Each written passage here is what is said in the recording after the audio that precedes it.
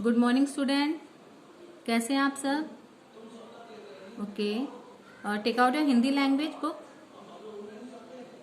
Page number 11, part 3, वर्णमाला alphabet. ठीक है।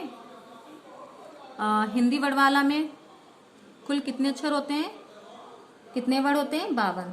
ठीक है, आज हम पढ़ेंगे वर्णमाला।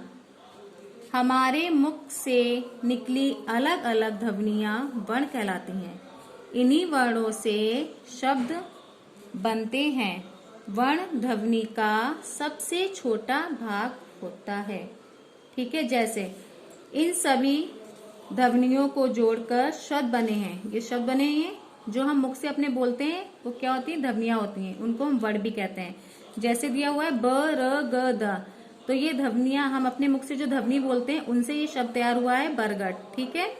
नेक्स्ट है ह ई र न, तो ये ह ई ये आपका क्या है? स्वर है। तो ये आप इसमें हा में आप ये स्वर की मात्रा लगाएंगे तो आपका हो जाएगा ही ई।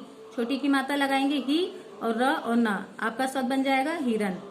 ठीक है, ये वर्ण है, ध्वनियां हैं जो हम मुख से बोलते हैं। म ओ र, तो ये आपका स्वर है। ठीक है, ये स्वर है। इसको हम इसकी मात्रा मा में लगाएंगे, क्या हो जाएगा? मो, और रा, क्या आपका शब्द रेडी हो गया? मोर। ठीक है, ऐसे कंप्यूटर दिया हुआ है ये क अ, ये आपका क्या है? अनुस्वार। क्या है ये? अनुस्वार। तो इसको हम कामे, इसके अनुस्वार की जो बिंदु हम कामे लगाएंगे, क्या हो जाएगा? कम। ठीक है, और ये पा जो है ये क्या है? हलंत। तो हलंत का प्रयोग हम कब करते हैं? हलंत का प्रयोग होता है शब्द को आधा लिखने के लिए। ठीक है, तो इसको हम आधा लिखेंगे कम प्यू, ये आधा लिखेंगे, फिर या लिखेंगे कंप्यू, और ये क्या है? बड़ू है, तो ये स्वर है। इसकी हम मात्रा या में लगाएंगे कंप्यू, और टारा टर, तो आपका शब्द तैयार हो जाएगा कंप्यूटर। ठीक है, तो ये ध्वनियां हैं। ठीक है, इनसे ही शब्द ये बने हुए हैं। नेक्स्ट, उपरोक्त ध्वनियां ही वर्ण लेटर हैं। ठीक है, इनसे शब्दों को बनाया गया है। ठीक, परिभाषा देखते हैं, आइए। वर्ण ध्वनि का सबसे छोटा भाग है। ठीक है बच्चों, इसके और टुकड़े नहीं हो सकते। इसे अक्षर लेटर भी कहते हैं। ठीक है, वर्ण जो है वो ध्वनि का सबसे छोटा भाग है। ठीक है, उसके और हम टुकड़े कर नहीं सकते हैं। ठीक है, ओके स्टूडेंट। और वर्ण को हम अक्षर, अंग्रेजी में क्या बोलते हैं? लेटर भी कहते हैं। Okay, turn your page.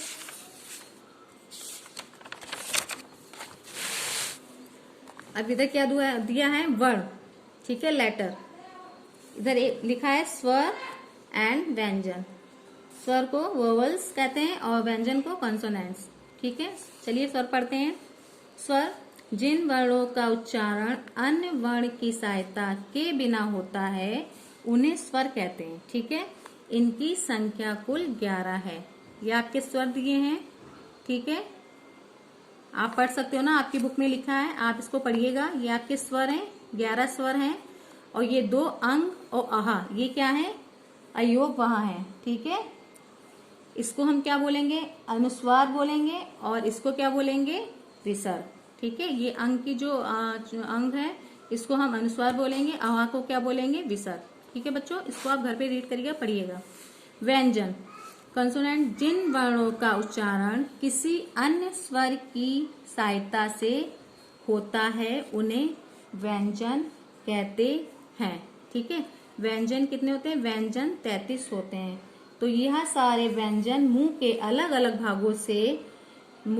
अलग भागों की सहायता से बोले जाते हैं। ये व्यंजन है। ठीक है, आप घर पे इनको बोलिएगा और आप देखिएगा ये आपके किन मुंह से किस किस उससे निकल रहे हैं। ठीक है, भागों से निकल रहे हैं। ये उच्चारण इसके दिए हुए कंठ, तालु, मूर्धा, दंत, होंठ, ये दिए हैं। ठीक है, ये आप जब घर पे प्रैक्टिस करोगे, आप बोलोगे, तो आपको पता चलेगा कौन से व्यंजन किस भाग से निकल रहा है। ठीक है, ये व्यंजन दिए हुए हैं, बाकी व्यंजन इधर हैं। ठीक है, अंतस्थ है, ये सब व्यंजन है। ठीक है, ये संयुक्त हैं। ये आपके जो हैं ये संयुक्त अक्षर हैं। ये कितने होते हैं? 4 होते हैं, छ, त्र, ज्ञ और श्र। ठीक है, ये क्या होते हैं? वह व्यंजन जो 2 या 2 से अधिक व्यंजनों को मिलाकर बनता है उसे संयुक्त व्यंजन कहते हैं। ठीक है, पता है, ये 4 आपके संयुक्त व्यंजन है, 1, 2, 3 और 4, ये आपके संयुक्त व्यंजन है। ये क्या है, ये वह व्यंजन जो 2 या 2 से अधिक व्यंजनों को मिलाकर बनता है उसे हम क्या कहते हैं, संयुक्त व्यंजन कहते हैं। ठीक है, तो आपका ये योग हो गया है 36। ठीक है, 33 आपके व्यंजन हो गए हैं और प्लस 3 आपके संयुक्त व्यंजन, पूरे आपके टोटल आपके 36 हो गए व्यंजन। ओके, अब नेक्स्ट देखिए मात्राएं।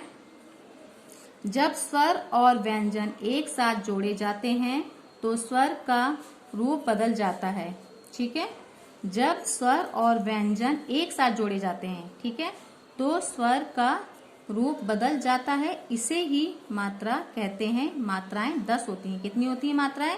मात्राएं 10 होती हैं। ठीक है, ये स्वर दिए हुए हैं, ये मात्राएं दी हुई हैं। ठीक है, मात्राएं आपकी स्वर देखिए, ये स्वर दिए हुए हैं, ठीक है, इनकी ये मात्राएं दी हुई हैं। ठीक है, तो मात्राएं बच्चों कितनी होती हैं? कुल मात्राएं 10 होती हैं। स्वर और व्यंजनों का जोड़, इनको देखो ये जोड़ा गया है। अभी मैंने आपको बताया था ना, जब स्वर और व्यंजन एक साथ जोड़े जाते हैं तब स्वर का रूप बदल जाता है। ठीक है, स्वर और व्यंजन को जब एक साथ हम जोड़ते हैं तो स्वर का जो है रूप वो बदल जाता है। ठीक है, उसका प्रयोग भी दिया हुआ है, देखिए ऐसे आप स्वर और व्यंजन का जोड़ करेंगे, फिर आप ऐसे प्रयोग उसको कर सकते हैं। जैसे द व्यंजन है, ठीक है, दा में आपने आ की मात्रा लगा दी तो आपका क्या हो गया, दा पहले खाली था द, फिर आ लगा दिया तो आपका द हो गया, फिर उसको आप प्रयोग कर सकते हैं दादा। ऐसे ये दिए हुए वर्ण। अच्छा, ठीक है, वर्ण। नेक्स्ट अनुस्वर। अनुस्वर क्या है? स्वर के ऊपर लगाए जाने वाले बिंदु को अनुस्वर कहते हैं। अभी मैंने आपको बताया था ना, अनुस्वर क्या है? स्वर के ऊपर, जो स्वर हैं उनके ऊपर लगाए जाने वाले बिंदु अनुस्वर कहते हैं। जैसे मंच, गंजा, कंगा आदि। ओके बच्चों, समझ में आया ना इतना?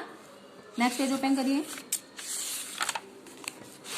विसर्ग क्या है? स्वर के बाद लगने वाले 2 बिंदु।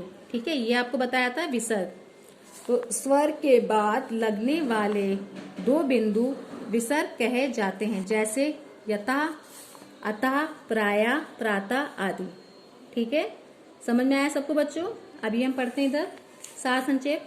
भाषा की सबसे छोटी इकाई को अक्षर या वर्ण कहते हैं। अभी आपको बताया था, सबको लर्न हो गया होगा, सबको पता चल गया होगा, मैंने चैप्टर समझाया है। भाषा की सबसे छोटी इकाई को क्या कहते हैं? मैंने बोला था ना, वर्ण कहते हैं, अक्षर भी कहते हैं और अंग्रेजी में लेटर कहते हैं। ठीक है, वर्ण 2 प्रकार के होते हैं। वर्ण कितने प्रकार के होते हैं? 2 प्रकार के होते हैं। वर्ण 2 प्रकार के होते हैं। कौन कौन से? स्वर और व्यंजन। ठीक है, स्वर भी आपको पता है, व्यंजन भी आपको पता है। हिंदी भाषा में 10 मात्राएं, ये भी आपको पता है, 10 मात्राएं होती हैं, 2 अयोगवा होते हैं। ठीक है, 11 स्वर तथा 36 व्यंजन होते हैं। इन्हीं से भाषा निर्मित होती है। ठीक है, इन्हीं से भाषा निर्मित होती है। सबको पता चल गया ना? चैप्टर समझ में आया सबको बच्चों? सबको चैप्टर समझ में आया? अभी सब घर पे इसको समझेंगे, अच्छे से पढ़ेंगे। ठीक है, ओके, ये आपका क्लास वर्क था। अब होमवर्क देखिए। This is your homework. ये सबको पता चल गया होगा। होमवर्क डालिए। होमवर्क आपने डाला, डेट मेंशन कर दीजिए। ओके, अब कुछ नहीं करना है आपको। सही कथन के एक्सरसाइज 1 है, ये होमवर्क के लिए नोट डाउन कर लीजिए।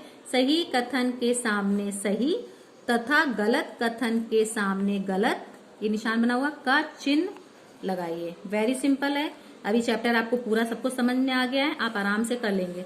क में देखिए क्या लिखा है? ध्वनि के सबसे छोटे भाग को वर्ण कहते हैं। सही या गलत वो आपको करना है। ओके, वर्ण 3 प्रकार के होते हैं, ये भी आपको पता है। सही या गलत वो आपको मेंशन करना है। ग, मात्राएं कुल 10 होती हैं, आपको पता है, आपको करना है। ठीक है, घ, व्यंजन 33 होते हैं। ओके, ये भी आपको पता है, आपको करना है। स्वर 10 होते हैं। ठीक है, आपको ये घर से करना है। ये ऑप्शन दिए हुए हैं ब्रैकेट यहाँ पे देखिए, ये इसमें आपको राइट और रॉन्ग, गलत सही आपको निशान लगाना है। ओके, यहाँ पे this is your homework. Okay बच्चों, ये आपको होमवर्क करना है, बहुत अच्छे से रीड करना चैप्टर दोबारा से, फिर उसके बाद आपको करना है। Okay, thank you.